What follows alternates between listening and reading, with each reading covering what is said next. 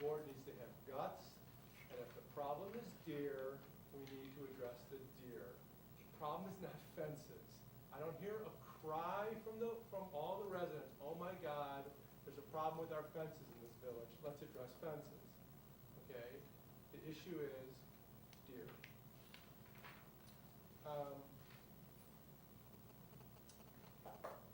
I have some comments about the ordinance itself, which I'd like to share because I don't know how the vote's going to go once the vote goes. So to the extent that, notwithstanding that I'll make it perfectly clear that I won't vote in favor of this, to the extent that other people are more inclined to vote in favor of it, they should at least have my comments.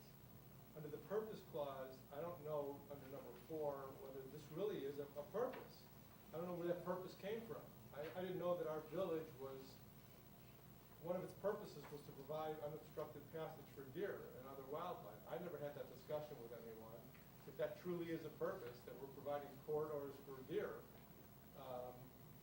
maybe we should have traffic lights for deer and things like that too. I didn't know where that came from. So that would be one of my comments. If you go to page 3, you have a definition of an open fence. The way I read this, it basically means that 70% of it is open, unobstructed to light. So light can get through 70%. 30% is obstructed. Well, then a solid fence, you say, which less than 70% is unobstructed. So then I assume that means that 69% of it could be.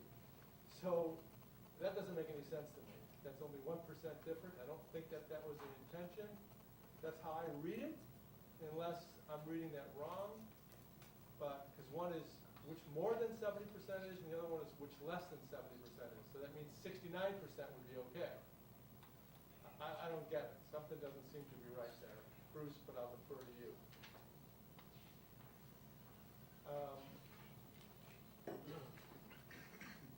On page 6, you have special provisions for dog runs. I know we never even talked about dog runs, but I read this and I had a comment about that. For some reason, we are requiring that all dog runs have a top on them if the dog is capable of jumping out of it. When did that happen? I mean, that doesn't make any sense. People have dog runs for the dogs to do their business within larger fenced areas, and I assume that plenty of them could jump out of them, but they don't try, or if they do, who cares? But now all of a sudden, if they can jump over the top of the dog run fence, they got to have a top on the dog run. I don't know where that came from, but that was always in our ordinance and needs to be resolved. On page 7, under C3, the last sentence says, any newly installed deer fence must have white warning flags attached, 1 per 20-foot section.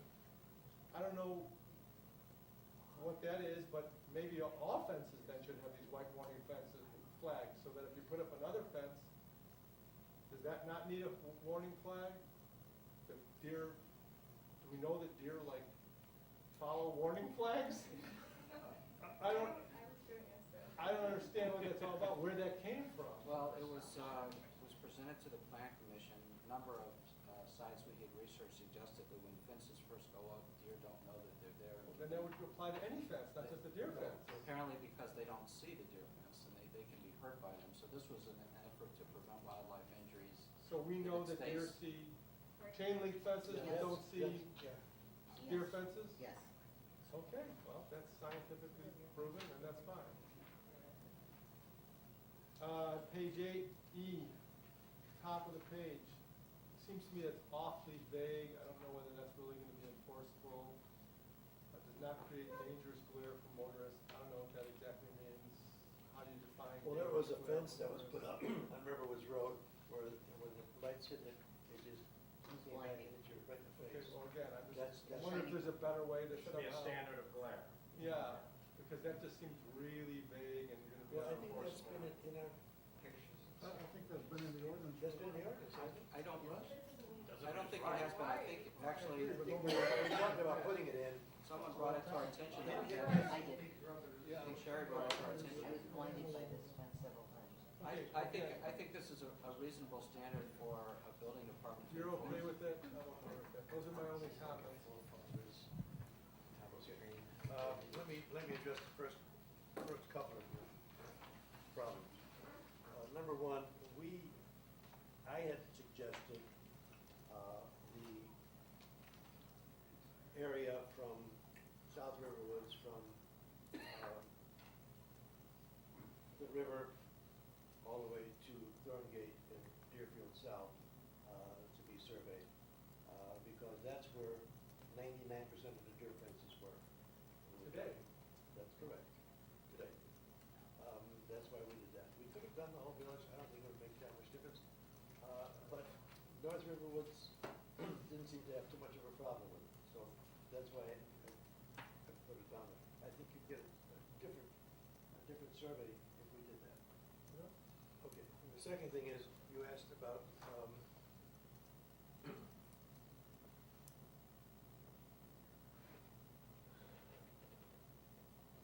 to our knowledge, we did some checking. There is not one other village in the state of Illinois that we know of that has a deer fence ordinance, or that allows deer fences. There have been lots of ideas. The third question is, you talked about deer being the problem.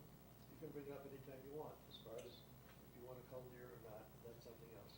We're talking about fences. We've talked about this a number of times.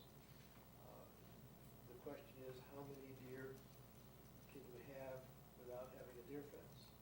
And the answer is, we feel that one deer is too many, will eat up your garden. If we don't allow a deer fence,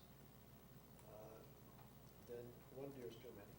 And I know we're not gonna kill all the deer. I gotta believe that there are villages that don't have deer fence ordinances, like you indicated, that have one deer, and they're fine. So I guarantee you Highland Park has deer, Yes. Northbrook has deer, Yes.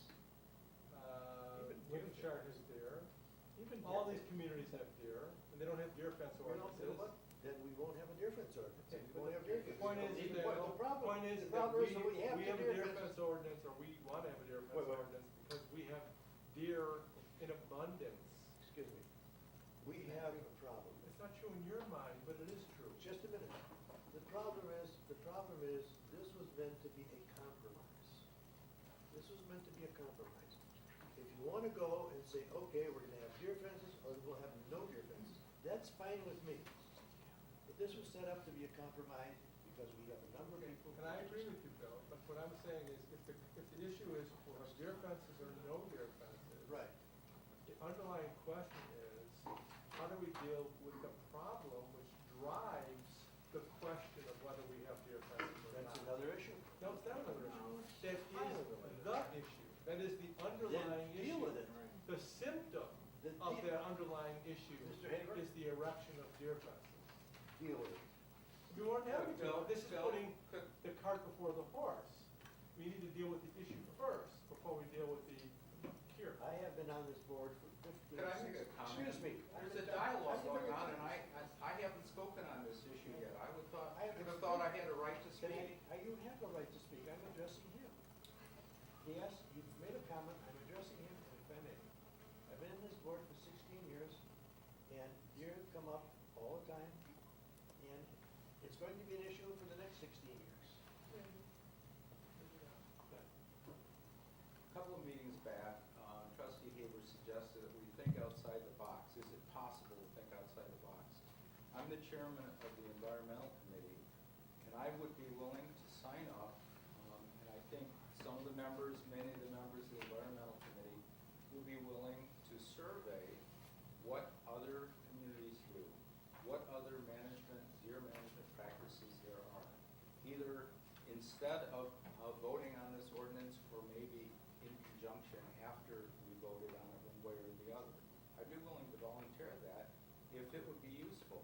I think one of the things that's conspicuous about this entire process of considering fences and deer fences is how little we have availed ourselves from what others have done and from what the scientific community, how they've